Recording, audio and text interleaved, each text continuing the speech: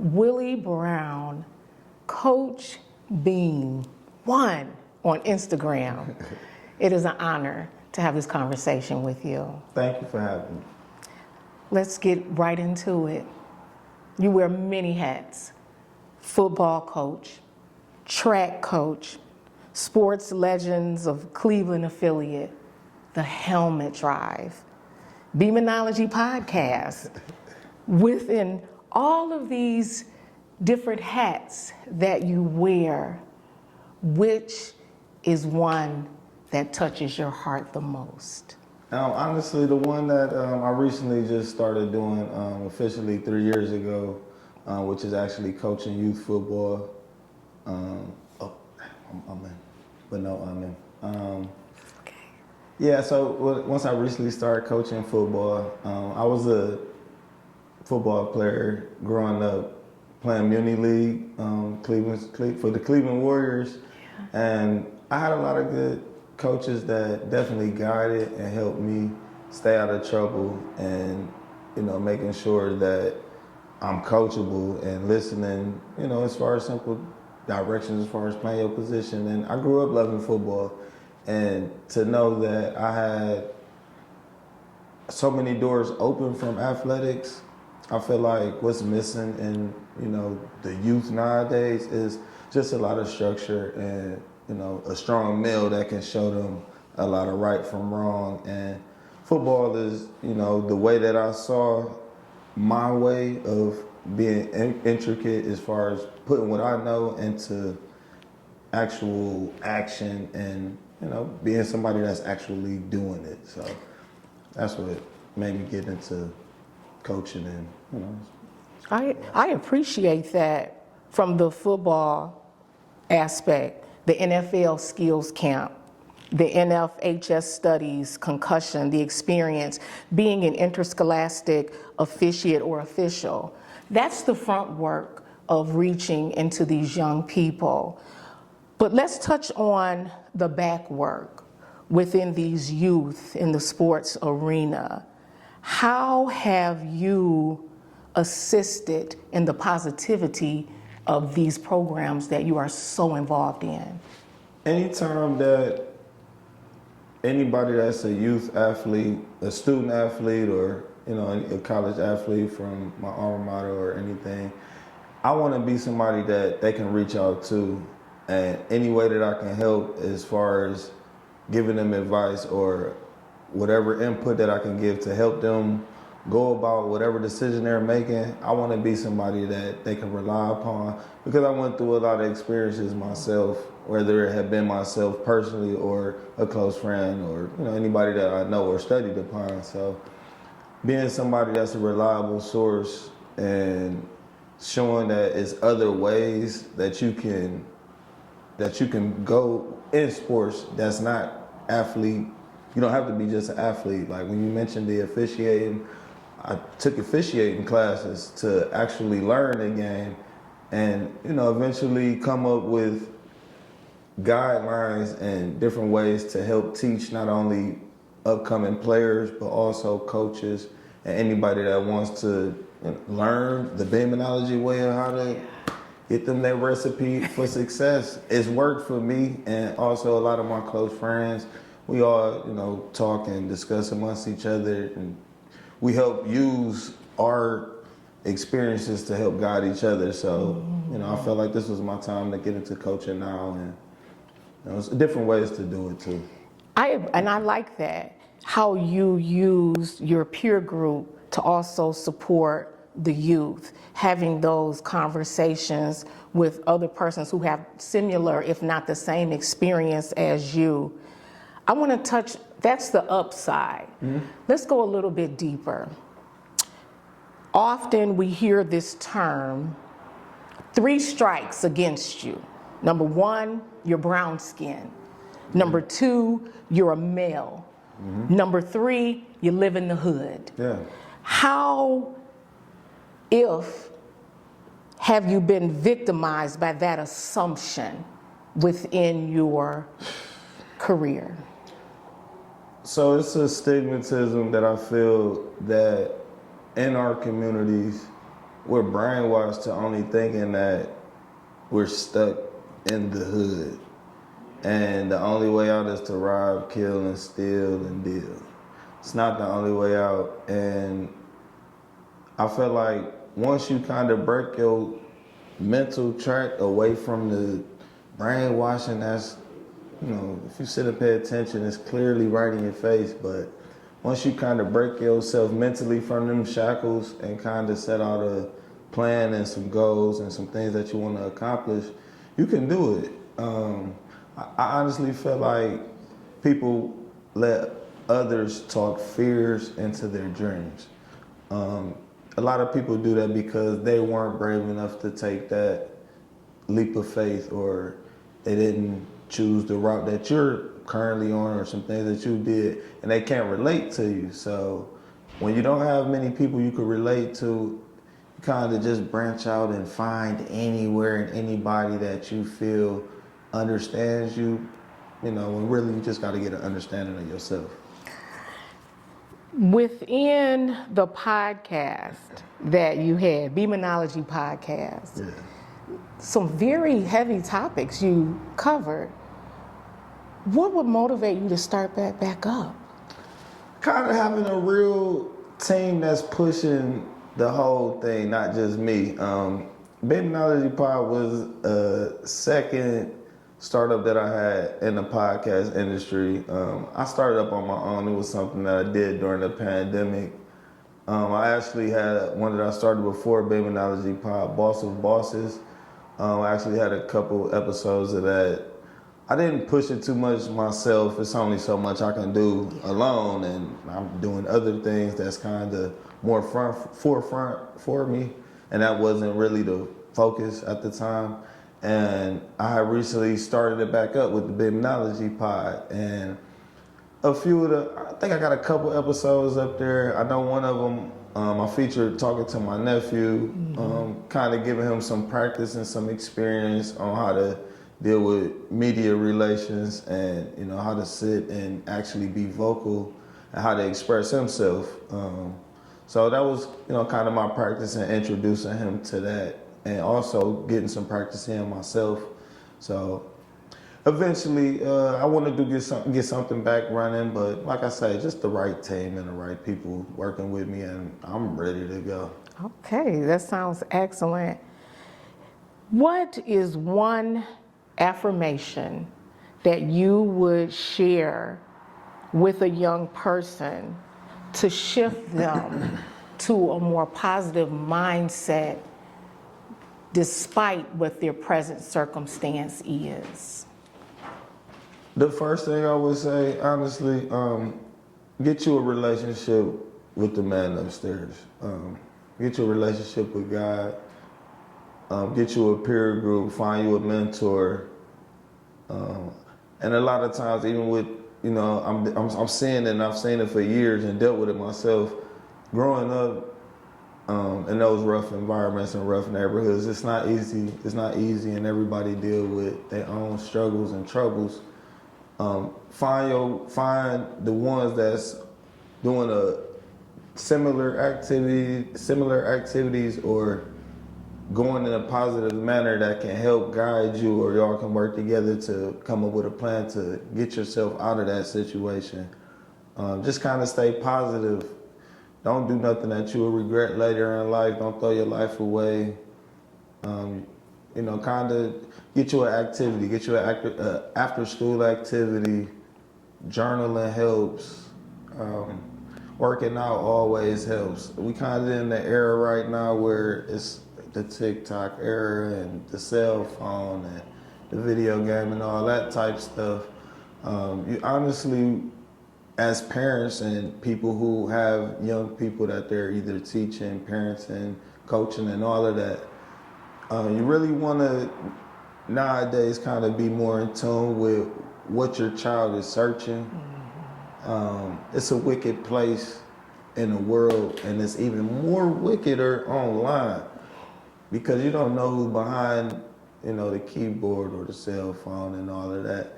And, a lot of times kids are so, they don't know. And I think there has to be some type of awareness as a start, and you know your local communities and things like that, to make it an awareness type thing to make sure that you're paying attention to what they're searching. I like that. So within the resume that you have, this body of work that you have, trophies, awards, medals, how do those tangible things touch the inside of who you are to reach into these young people? Well, like I said, I started playing youth football probably like 2002, 2003. My dad got me started into organized sports, and I was introduced to winning with a team early. My second and third year of playing football for the Cleveland Warriors, I won an award called the Hungry Hound Award, and it was pretty much like kind of runner up the MVP, or like, it's a trophy that's right below the MVP. And me loving football and having a group of kids that were not doing nothing but playing football and going to school, staying out of trouble, stuff like that or whatnot. Learning how to win early helped guide me later in life, and more so the habits that the coaches were instilling in me at a young age. So from football, playing Muni League, I did play 1 year for Dove Park, and my 10th grade, 11th, and 12th grade year, I played varsity football for John Adams. I had lost my dad right before my first high school football game. I got the call in the news about that during one of the two-a-day sessions that we had. I had called him between the breaks during two-a-days back in the day. But I would call him in between breaks, and we would just talk about anything, man, just football, and just I had a real father for real. And my mom was never together. I never seen the two-parent household. My parents were never together, but they co-parented very well, and they raised me. So I had called one time, and my grandma answered and had let me know that he was hospitalized at the time, and eventually got the news that he had passed. And my very first high school game, we had a team for the ninth, 10th, and 11th graders over at John Adams, and we had a varsity schedule. And school had just opened in 06, 07, and we played against Lincoln West, went into a couple overtimes with them, threw it up, caught the game-winning touchdown. And I know that was my pops with me that day, and started running track like after football season. I had never ran before, so I found early success, and I had a coach, Coach Curtis Jackson, and shout out to Coach Gary Jackson. They both was my football and track coach. And I started running track, and I found early success. I didn't know what I was doing, but between my mom and between my dad and my siblings and my family in general, we never shied away from hard work. So as much work as I didn't put in on the football field, I knew how beneficial that running track would be as far as me having longevity as an athlete, and even doing voluntarily 5 a.m. workouts. The workouts that we had in the morning before school, they weren't mandatory. They were, hey, if you want to be great and if you want to actually be who you think you are or who you really want to be and who you could be, you would show up to these 5 a.m. workouts. And I did it. Any chance that I could, I made sure I did that. We didn't have an indoor track. We didn't even have a football field at the time. We dealt with it a lot just to practice. Fighting on the way to practice, having to hop on the bus to drive way out to even try to practice. And it's only so much time that you got. So that really put us at a disadvantage out the gate. not to ever make no excuses or nothing like that. And we were all mini league kids that came to Adams with a good upbringing from youth coaches. So, you know, we had a good group of athletes. And so track opened up some doors. I got runner up in the state my junior year of running. I actually fell at the line and lost. I think I fell at the line and lost that year. And the following year, the same thing happened again, but this time the dude fell at the line and beat me. So I never won a championship in high school of nothing. So it took all the way for me to get to Akron. And en route to Akron, my senior year, we eventually had a couple relays and a few individuals that made it out for the state meet. And we placed well, we did well. I ended up getting a scholarship to full ride to run track for the University of Akron. And it took up until my sophomore year for me to actually finally win some gold and feel what a championship felt like after having so many runner-ups and, you know, things of that nature. It just felt like it was a monkey on my back that finally was relieved. And honestly, even going into my sophomore year at Akron, before I actually won any championships or whatnot, I had went home my freshman year during the winter break. And when I went home, it wasn't nothing going on. A lot of people doing the same stuff. In my case, I grew up faster than a lot of my peers, so the things that they were into doing and the things that they were doing, I kind of wasn't there. Like, it wasn't really nothing that I was into. So my sophomore year, I said I'd rather stay at my spot in Akron and train. So I did 2-a-days as far as working out and things like that, and it actually led to one of the most promising years athletically that I ever had, and that was pretty cool. That sounds really cool. So your association with the Cleveland Legends, is that the Hall of Fame? So the Sports Legends of Cleveland was founded 2019 by Nicole Smith and Tyrone Owens. So what it is all the Cleveland public schools, and every legend from each school respectively that, you know, played in the league, broke some records, ran in the Olympics, had a historic coaching career, officiating career, whatever the case may be.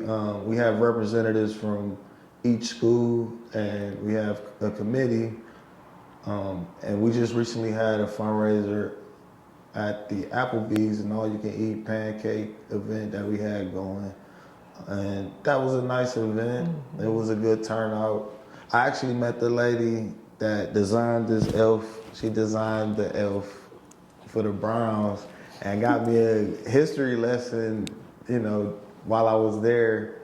But, you know, it's a very good committee, and it's bringing the youth and the past athletes, the ones, especially the ones that's living, and also educating the ones that, you know, that's no longer with us and everything. And we're bridging that together so that it's not such a disconnect from the previous athletes of the past time that's, you know, to the ones that's current athletes.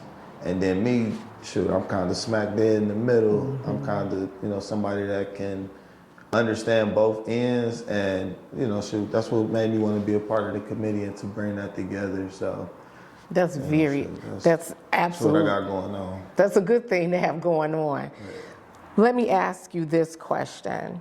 Within the school system, a lot of programs have been cut. Sports, music, art. How will you, and I'm challenging you as a positive role model in the community, how will you help those children who didn't come from a two-parent household, who don't have the opportunity to have the coaches to work hand in hand with you? How did it make you feel to hear of these programs being cut? And what will you do to keep these children on the right track?